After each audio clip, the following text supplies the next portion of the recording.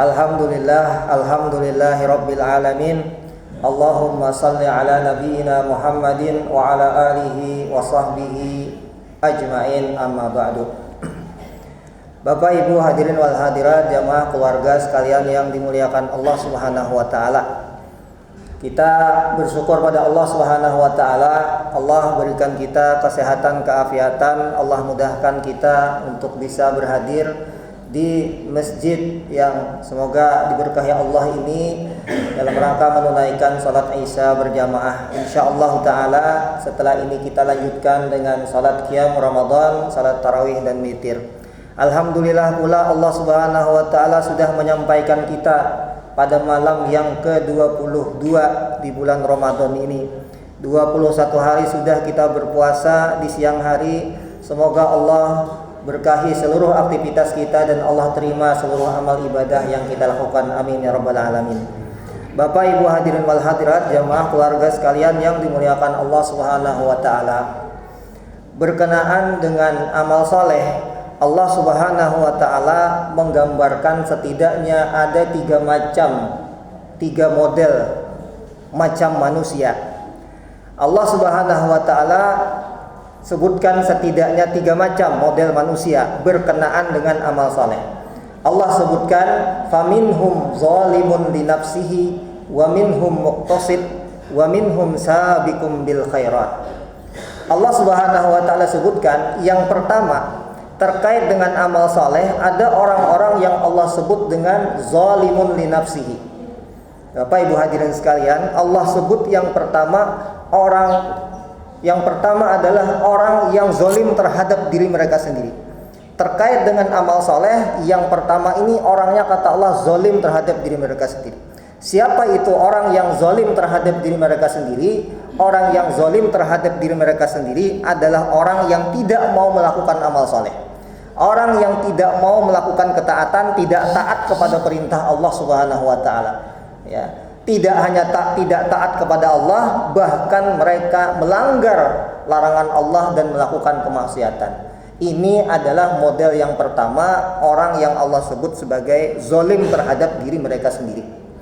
Ya, zalim itu hadirin sekalian artinya adalah perbuatan aniaya. Zalim juga diartikan bersikap tidak sebagaimana yang seharusnya.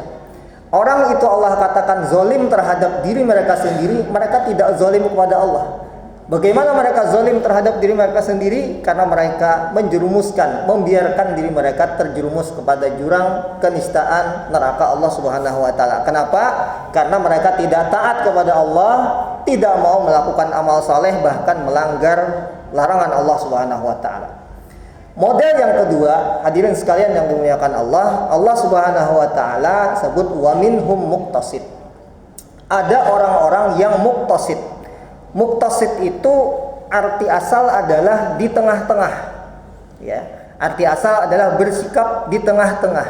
Di antara tafsirnya kata para ulama, yang dimaksud dengan orang yang muqtasid dalam amalnya ini adalah orang-orang yang suatu saat dia melakukan amal saleh, tapi pada saat yang lain dia juga melakukan kemaksiatan.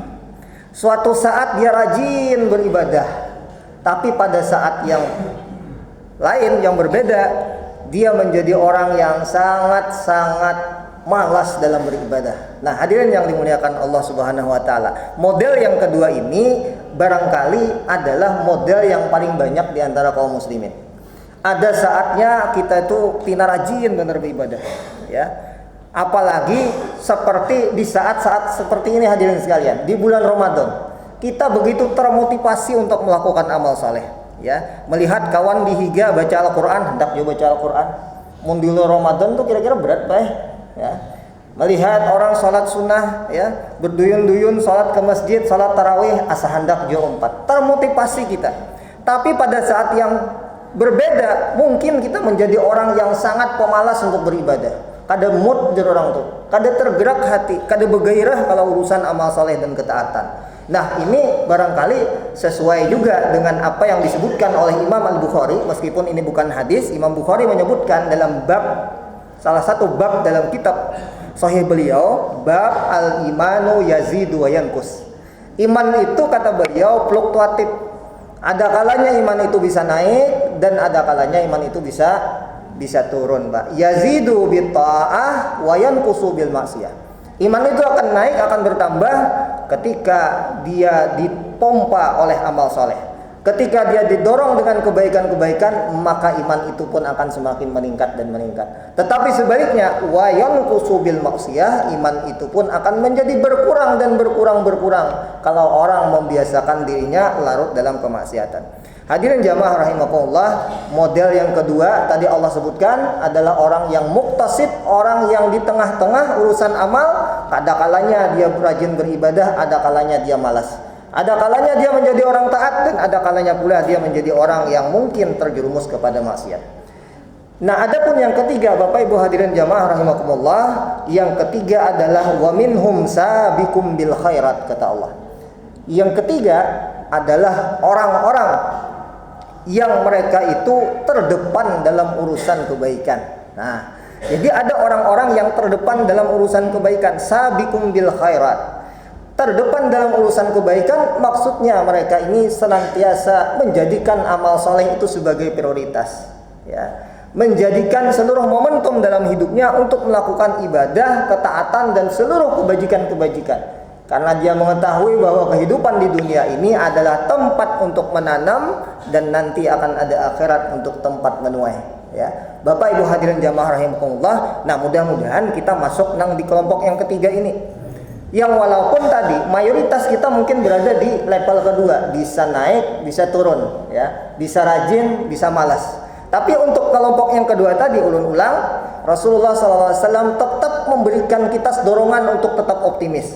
Kenapa Bapak Ibu sekalian? Karena kata Nabi SAW, boleh jadi orang itu dengan sholat yang dia lakukan, dengan puasa yang dia lakukan, meskipun tadi turun naik, mudah-mudahan itu nanti akan mengantarkan dia ke ujung usianya dan ditutup dalam keadaan husnul khatimah. Dan juga meskipun dia tadi masih fluktuatif, ya, barangkali dengan dia berusaha meninggalkan maksiat padahal dia mampu mengerjakan maksiat, itu pun nanti akan menggiring dia kepada akhir usianya dalam keadaan husnul khatimah. Jadi kita tetap optimis, Pak Bu, meskipun mungkin minta maaf, kira-kira kita paling banyak di level kedua.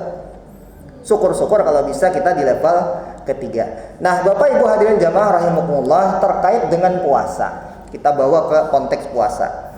Maka kita juga bisa mengklasifikasikan model orang berpuasa ini juga setidaknya dalam 3 model, 3 gambaran yang Allah Subhanahu wa taala sebutkan tadi. Model yang pertama adalah ada orang-orang yang mereka merasa puasa ini sebagai beban. Jadi masuknya bulan Ramadan ini dirasa sebagai sebuah beban berat bagi kehidupannya. Nah, puasa pulangamnya, uyuh pulangamnya, ngaliham megawi dan semisalnya, ya. Mungkin ada sebahagian kaum muslimin yang punya cara berpikir seperti ini. Jadi puasa itu, kehadiran Ramadan tidak membuat dia bahagia, tidak membuat dia bergembira, padahal ini adalah momentum Allah Subhanahu wa taala hendak membukakan karunia dan rahmat yang seluas-luasnya bagi kita. Ternyata kada bahagia. Ternyata malah sedih dengan apa? Dengan masuknya bulan Ramadan. Ya. Ada juga yang sedih dan lebih parah lagi baik kada puasa. Nah, ini kalau sampai kada puasa ini parah lagi ya, Mbak. Ya, karena hadirin rahimakumullah, amalan terbaik di bulan Ramadan tidak lain tidak bukan adalah berpuasa itu sendiri, kata para ulama, ya. Jadi kalau sampai di bulan Ramadan orang tidak berpuasa, nah ini musibah, Pak.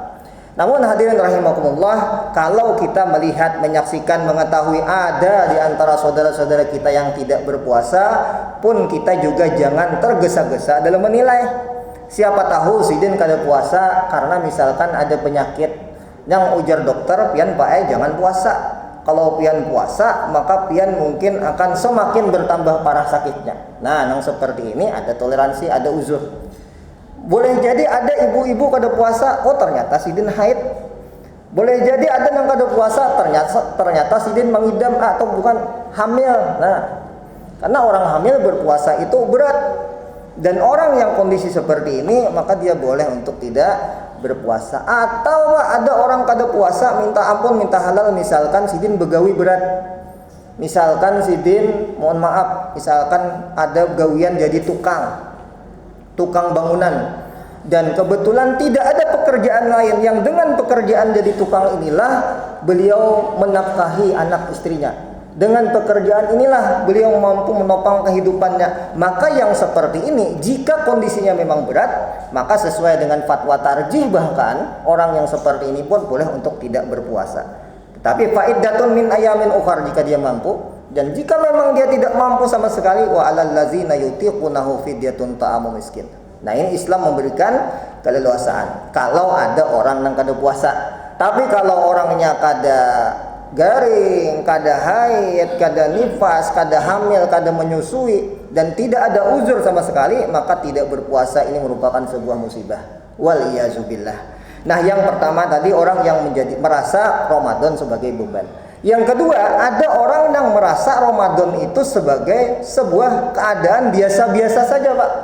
Tidak ada hal spesial dari Ramadan. Ramadan pada Ramadan ya kakak itu, Bang. Ibadah sembahyang yang wajib-wajibnya aja kada tergerak hati yang mengerjakan yang sunnah. Ya, kada tergerak hati untuk turun salat tarawih. Kada tergerak hati memperbanyak membaca Al-Qur'an, ya.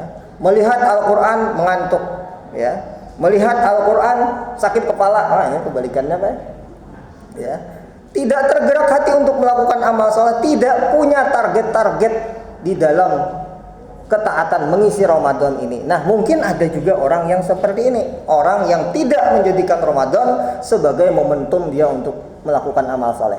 Nah, namun yang ketiga, nah mudah-mudahan kita masuk golongan ketiga adalah orang-orang yang terdepan dalam kebaikan di bulan Ramadan, menjadikan momentum Ramadan ini sebagai momentum terbaik kita mengisi hari-hari kita dengan amal saleh. Allah Subhanahu wa taala buka banyak sekali peluang obral pahala di bulan kebaikan ini. Mudah-mudahan kita bisa mengisinya, wabil khusus di hari dan malam-malam terakhir kita di bulan Ramadan ini. Bapak Ibu sekalian, semoga Allah Subhanahu wa taala berikan kita taufiknya, hidayahnya dan inayahnya sehingga kita bisa mengisi hari-hari yang tersisa di bulan Ramadan ini. Allah berikan kita keistiqomahan, Allah kuatkan kita sehingga kita mampu mengisinya dengan optimal dan kita mendapatkan derajat sebagai orang-orang yang bertakwa. Ini yang bisa ulun sampaikan. Terima kasih atas perhatian dan mohon maaf jika ada kekurangan. Hadanallahu wa iyyakum ajmain. Subhanakallahumma wa bihamdik asyhadu an la ilaha illa anta astaghfiruka wa atubu ilaik. Wassalamualaikum warahmatullahi wabarakatuh.